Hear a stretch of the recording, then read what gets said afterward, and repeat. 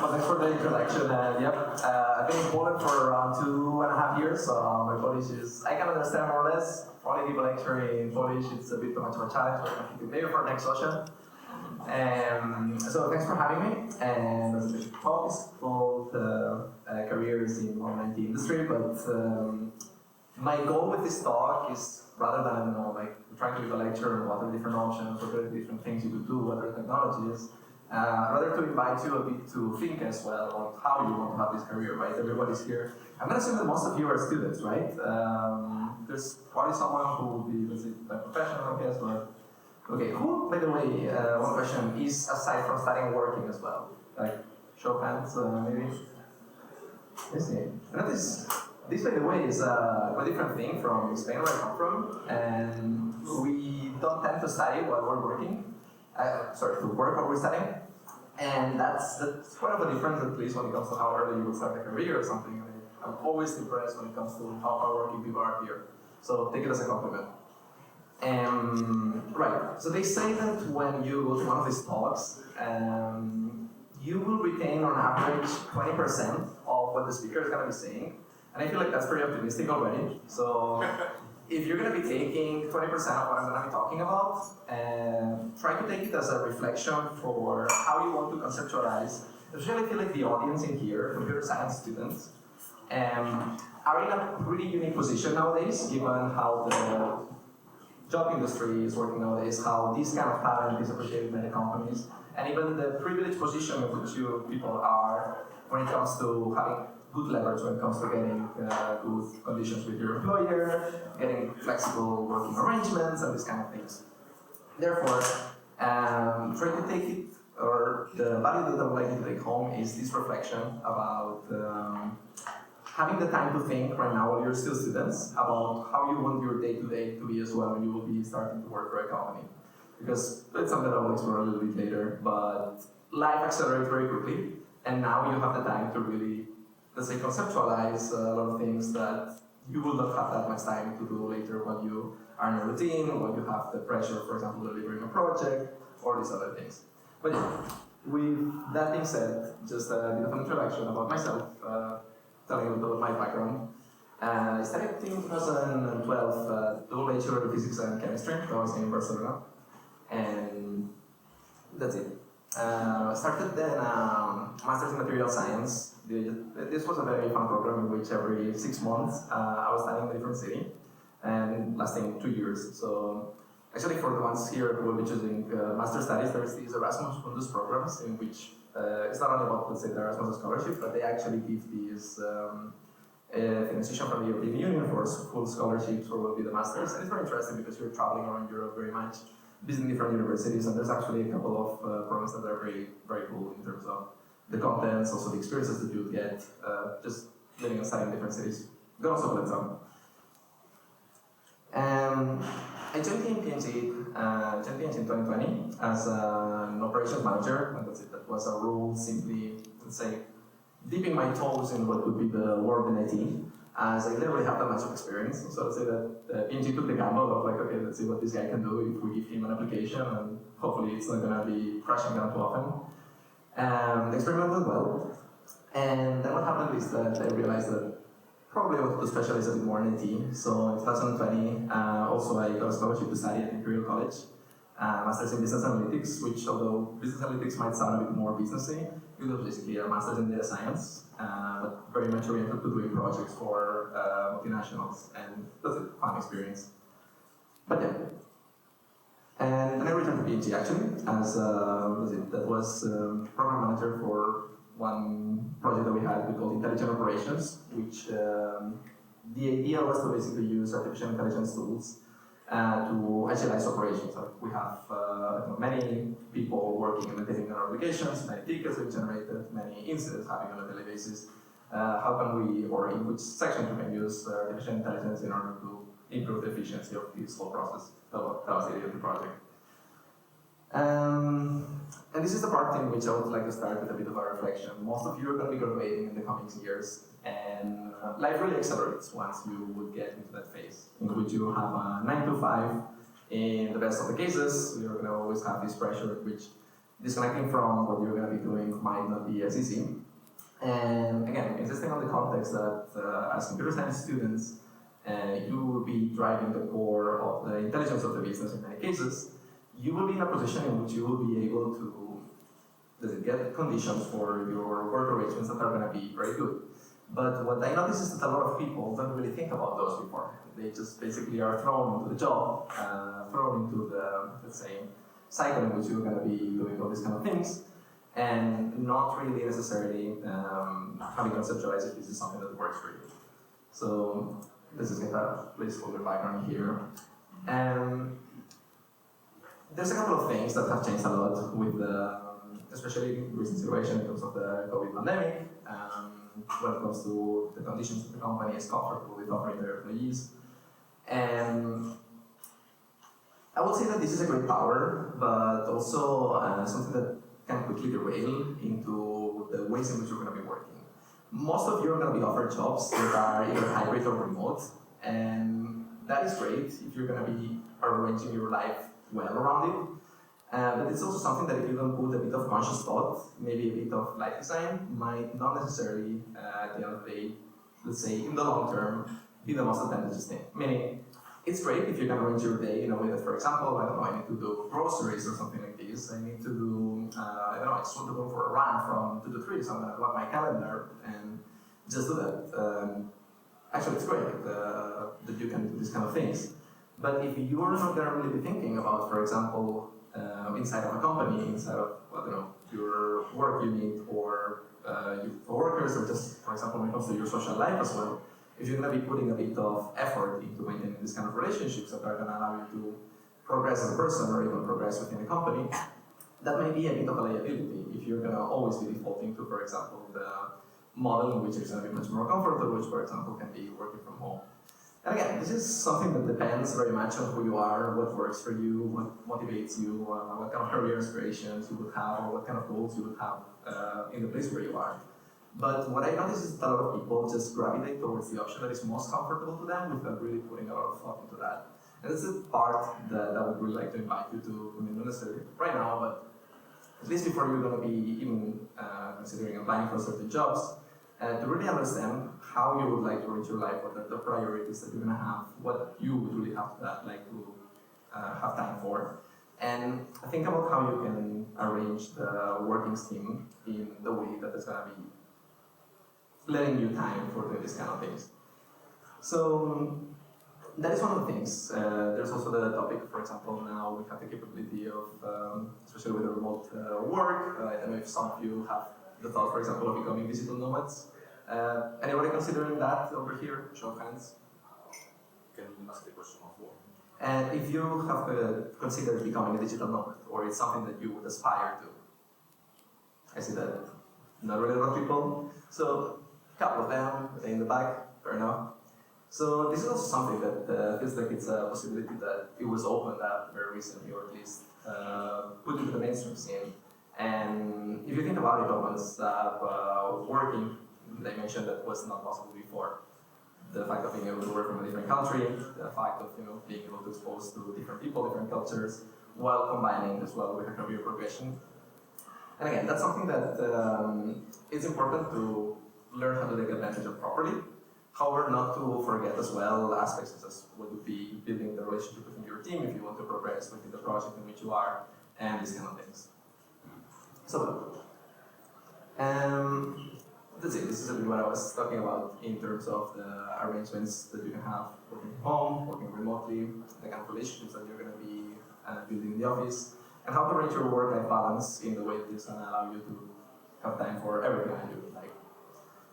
And especially taking into account that companies are not probably going to be slowing down when it comes to allowing the hybrid modes or looking for more flexible work arrangements.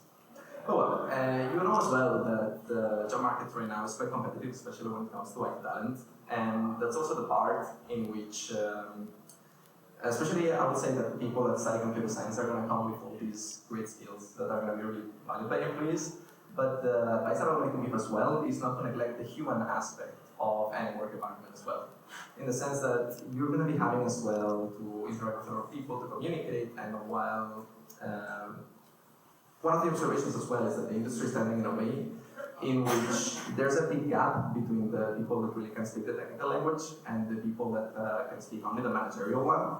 And the ones that would be able to bridge the gap and speak both of them are going to be the ones that are really thriving in the current work environment, the current conditions, and the ones that are going to have the leverage as well to be able to advance quicker in their careers.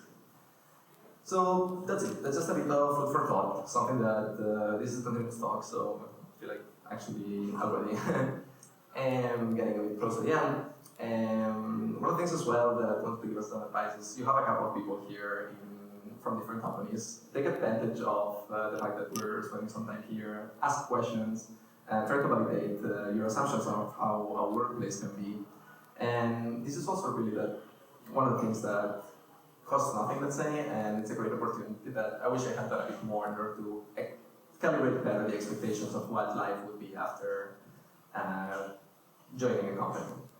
So that would be a bit of a long story short. I have a couple of slides here about different things that would be considered interesting as skills for joining a company. And those are from different studies, different pieces of research.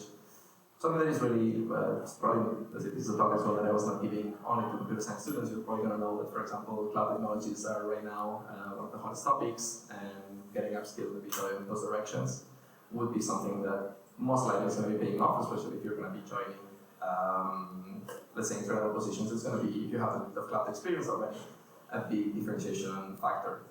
Something as well that would be a big one would be being a bit knowledgeable about frameworks. Let's see, we're going to talk about Agile, we're going to talk about DevOps. Just by understanding a bit how these kind of frameworks are going to be operating, you're going to be putting yourself at an advantageous position. And again, this is something that there's a lot of resources out there, but also people who have worked in companies will be able to tell you in which way those are applied. Because I feel like every company culture translates a bit to different frameworks in a different way. So sometimes learning the playbook is great to, for example, like get an edge in an interview, but once you will be actually operating in a job, it would be a different experience.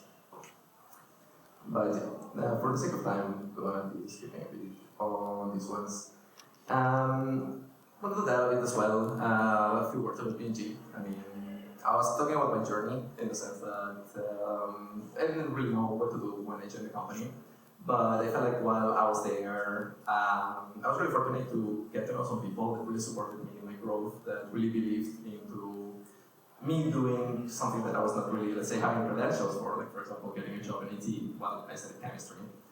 And this is also something that I would really encourage you to look for, things that would make you feel rewarded who you are, and also with the talents that you're bringing in.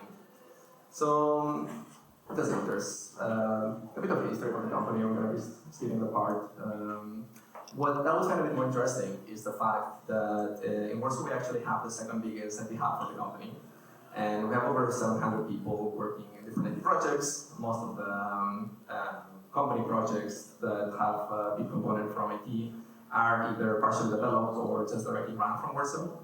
And there's a lot of interesting opportunities, especially now we're growing the site a lot in terms of having a bigger presence of deep technical talent, which is something that the company didn't have before, and Warsaw is becoming a very strategic location for that.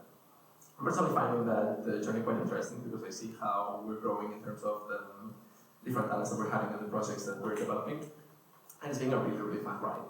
But yeah, that's a bit of my experience. So I guess that we're a bit on time. If someone would have any question, I'm happy to take it. And otherwise, we're going to be spending a couple of days in here together. And feel free to grab in the corridor if there will be any question or topic or anything that you would like to talk. Very happy to support in absolutely any way that would be possible. Please. What kind of projects do you work on? I mean, technology wouldn't be interested. You see, that's absolutely a great question, because one of the things that happens when we go to, for example, like some job fairs or something is like, you guys are selling diapers, so what are you going to tell us about IT, right? And that's a great one. For example, currently I'm working in the AI engineering organization, and what we do with my organization is we work with the data science guys in order to scale their models and put them in the cloud in a way that is are going to allow them to basically be much more enduring than simply, I don't know, it works, but then if the data is going to be drifting a little bit, the model is going to stop performing as well. So we're building all this platform in which we're going to be able to absorb any data science project, put it in the cloud, and saying the cloud instead of a specific platform on purpose, because the idea is that we could take the same project, put it in Google Cloud, put it in Azure, put it in Amazon Web Services, and it will still run the same. You can take it even to a different platform, like for example like Databricks in any of the cloud providers, and it will still run the same. So all the, for example, configuration in terms of file structure, in terms of like different inputs and outputs that you're going to be running for these is not straightforward. And building on this platform that is going to be automatically taking care of that, building a framework around that, is one of the projects in which I'm working right now. So we work with this team that is providing this kind of capabilities. We work with the data science team, and my project specifically what we do is work in e-commerce in order to basically aggregate the data from different sources in the company and build the algorithms that would allow us to do, for example, predictions in different aspects. I don't know, let's say that the competition is lowering the price of a product that is there competing with one of us. What should we do when we are selling in, let's say, Amazon? Should we react to this? Should we increase the price? Should we not? So developing the models that are going to be allowing us to predict what will happen in those cases is one of the things that we're doing at the moment. And that's that as an example. But, Okay, I have a follow-up. So you deliver an infrastructure for the data analysis, you don't work with the data itself. So you're not a data scientist, but you create the infrastructure for data analysis. in my current role, yes, Okay. officially. Okay. The reality is that we're actually working hand in hand with the data science team. So I don't know, for example, there will be something with our models that we actually review them. Because we need to understand them in order to take them and put them in a model that, for example, are going to be growing in the cloud. Like if this model is, for example, storing some data somewhere, so we have to configure all the cloud infrastructure that is going to be taking that. If we don't understand the model, if we don't know exactly what it's doing, we cannot scale it in the right way, or we don't know how much capacity we should allocate, how often we have to retrain it, or which metrics are going to be really telling us if this model is performing as expected, or we should really do something about it. So it's, let's say that it's a bit of an evolution of what would be typically called a data engineer, but it really has this component of we're going to be building not only the data pipelines, but you can call it even the model pipelines. And it requires maybe not necessarily to develop the algorithms yourself, but definitely to understand them and be able to know what they are about. So yeah, there was one there. Okay, so I have more of a personal question. Sure. Between the period after your master's degree and your first position in the company, how did you approach it, or were approached? Because I see that it has a bit of a shift in terms of what you were studying before and what you were doing at that position. So, what skills did you find useful moving forward? I gotta say that in my personal case, the culture of the company in PNG helped me quite a lot because I didn't really have proven experience in IT. I had a couple of personal projects that, like wanted a job in IT, therefore, you build your resume a little bit, put something in GitHub, blah, blah, blah. But it was a bit more of proving that I was a person that I can get into a place, get a project, and work for that. This is actually one of the tips as well that I would give to anybody, especially for career progression. It's not that much about getting the best assignment or something, but getting something and caring enough about it that you're going to be learning the skills necessary to thrive in the environment in which we are. So I have to say the process for the company is already looking for this kind of people that don't necessarily are going to be ticking all the boxes in terms of the skill set that you're looking, but rather about the attitude and the personality that you're looking for. People that are going to be team players, people that are going to be getting into a place and they can eventually learn what they have to do and do it with passion. So that's something that helped me there, and once I was there, the support from people that would tell me as well things that I wouldn't know at the time was crucial as well. So I would say that looking for the right environment and the right support was, in my case, would work. But I feel like every person would have a different journey there, especially depending as well on like which kind of company you would be going for, or which kind of background you would have. But yeah, hope that this helped a little bit. Thank you. Thank you. Are we good with time? Yeah, we have to finish, but We have finished. Okay. If there's any other question, that's it. grab me the corner absolutely at any point. And that's it. Thanks so much for your attention. Enjoy the conference.